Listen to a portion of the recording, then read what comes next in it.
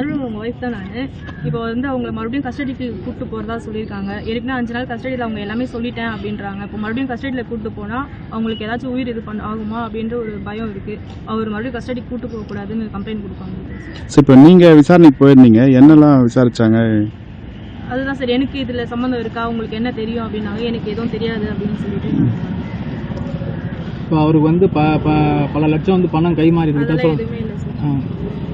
அவர் என்ன வேலை செய்கிறாரு இப்போ இதில்? அட்வொகேட்டாக தான் சார். ஓகே. நாங்கள் ட்ராவல்ஸ் தான் வச்சுருந்தோம். அதுக்கப்புறம் படித்து தான் மறுபடியும் அட்வொகேட் ஆகும். ஓகே. இப்போ பல பேர் கூட தொடர்பு இருக்குன்ற மாதிரிலாம் சொல்கிறாங்க. அது நீங்கள் எதுவும் அதெல்லாம் தெரியலைங்க சார். அவர் தான் ஒரு நியூஸில் ஒரு மாதிரி போடுறாங்க. அது உண்மையான்னு தெரியல.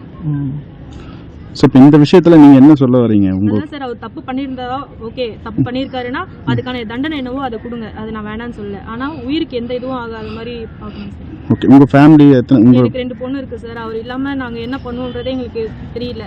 அதனால் அவங்களுக்கு எதுவும் ஆகக்கூடாது. இப்போ அவங்க இந்த இதில் கொலையில் தொடர்பு இருக்கு நீங்கள் இது பண்ணுறீங்களா? இல்லை எனக்கு தெரிஞ்ச வரைக்கும் எனக்கே நியூஸ் பார்த்ததுக்கு அப்புறம் தான் சார் இந்த மாதிரி தெரியுமே. என்ன சொல்கிறது, இவரு தான் ஃபுல்லாக இன்வால்வ் ஆகிருக்காருன்னும் போது எங்களால் ஒரு இது கூட எங்களால் நம்ப முடியல. ஏன்னா அந்தளவுக்கான ஆள் கிடையாது இவரு. இப்போ அவர் வந்து ஆற்காடு சுரேஷ்க்கு என்ன வேணும், என்ன இது பழக்கம்? ரிலேஷன்லாம் இல்லை சார்.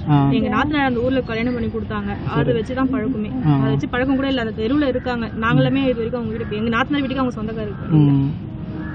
இப்போ வந்து அவர் வந்து தொடர்பு இருக்கு இந்த இதுல அவர் தான் முக்கியமா இருக்காருன்றாலும் சொல்றாங்க. 12 வருஷமா கேஸ் பாக்குறாருன்னு சொல்றாங்க. ஆனா அவர் முடிச்சு இப்ப 4 வருஷம் தான் சார். அட்வொகேட் அவர் முடிச்ச 4 வருஷம் தான். இப்போ அவங்க முன்னாடி பாத்துருக்கீங்களா? அவங்க இங்க வந்திருக்காங்களா? என்ன பழக்கம்? இப்போ அவரு கூட இருக்கிறவங்களையும் பாத்துருக்கீங்களா? திருநெல்வேலில வினோத்ன்றவங்க மட்டும் தான் சார் எங்க சின்னம்மா, எங்க ரிலேஷன். அவருக்கு சித்தப்பா பையன். மற்றபடி வேற யாரும் எனக்கு தெரியாது சார்.